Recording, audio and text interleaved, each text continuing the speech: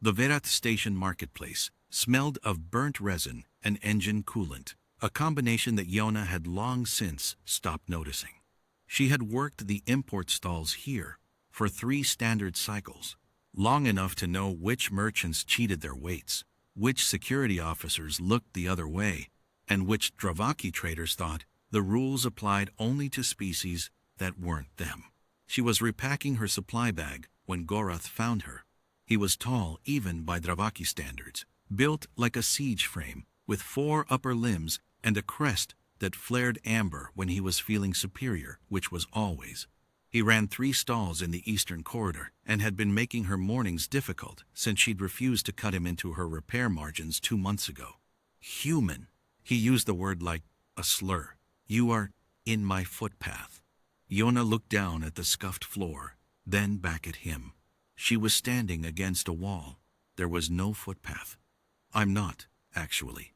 Gorath clicked his feeding mandibles, the Dravaki equivalent of a smile that carried no warmth.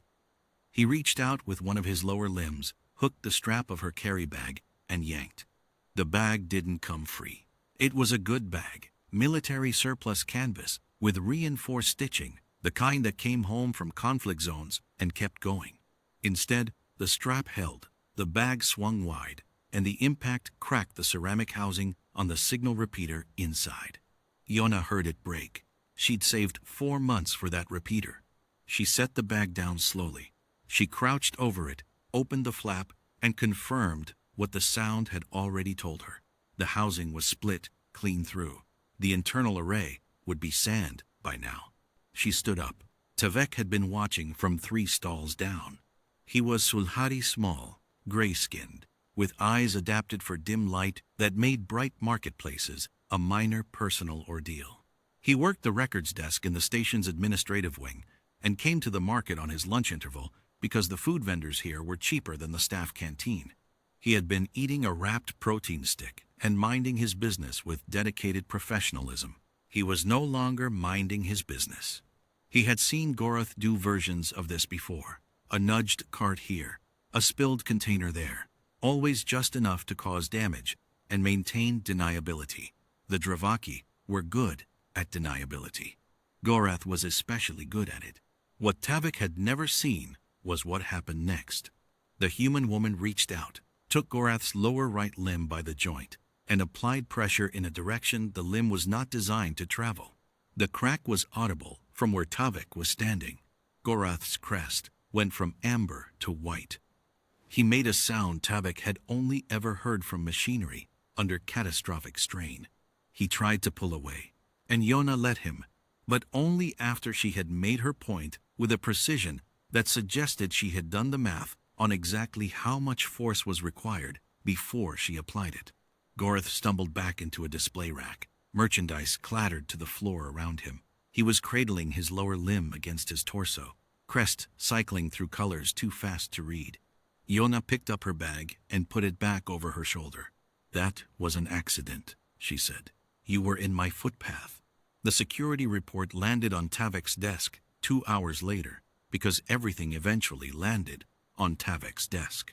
He was the only administrative officer on this shift who could read Dravaki, Sulhari, and standard human script, which made him valuable and perpetually overwhelmed.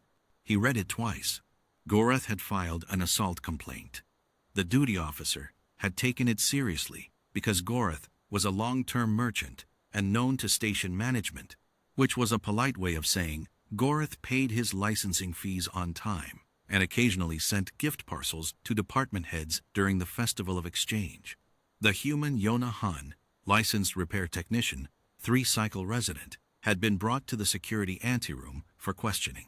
Tavek pulled her work record, clean, not a single infraction in 3 cycles. Her licensing renewals were filed early. She had twice reported equipment theft, both times with documentation thorough enough that security had actually made arrests, which was not the station's finest tradition, but had occurred nonetheless. He pulled Gorath's record, 14 complaints filed against him by other vendors, all marked times, resolved times, in the system's diplomatic shorthand for times we didn't do anything.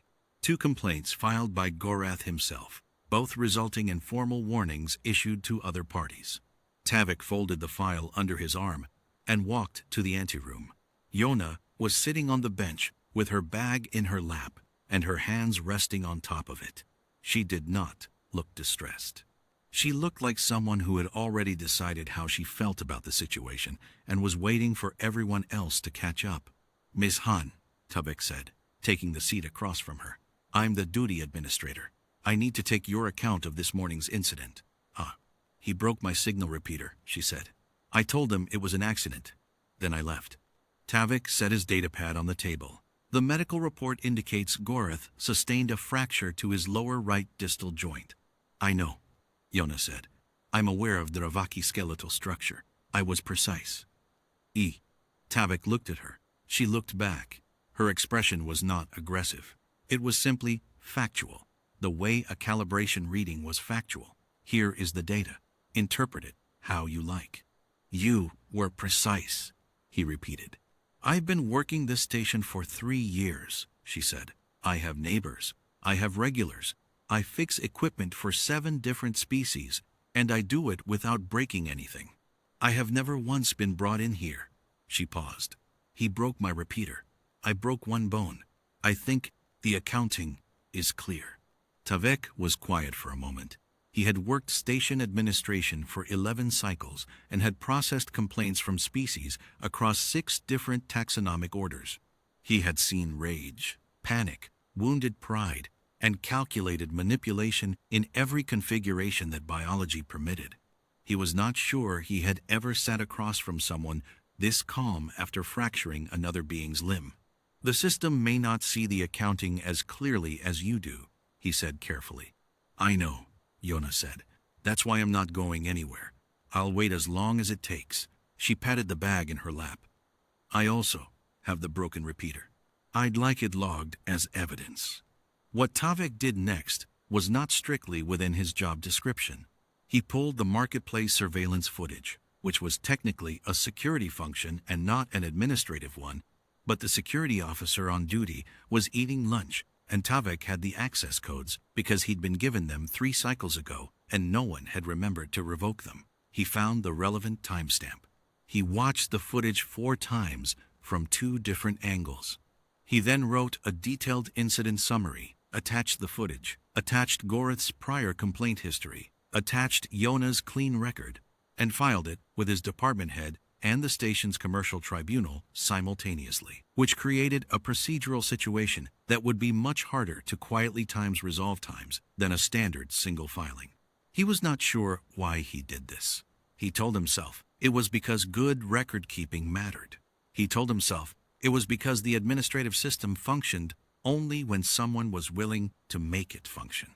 He did not examine the third reason too carefully, which was that he had watched Gorath operate for 2 cycles and watched the station apparatus look away. And he was tired of eating his protein stick and minding his business. The tribunal reviewed the case in 6 days. The footage was unambiguous. Gorath's complaint was dismissed. Yona received a formal finding of time's justifiable response under Station Code 7.4, which was a provision meant for docking disputes, but which the tribunal chair applied with a confidence that suggested she too had read Gorath's prior complaint history. Gorath was issued a formal conduct warning and fined for the cost of the signal repeater plus administrative processing fees. Yona collected the fine payment at the records window, thanked the clerk, and left. Tavik was at his desk when she stopped by. She set a small wrapped package on the corner of his desk without comment. "You didn't have to do that," she said. "I filed accurate records," Tavik said.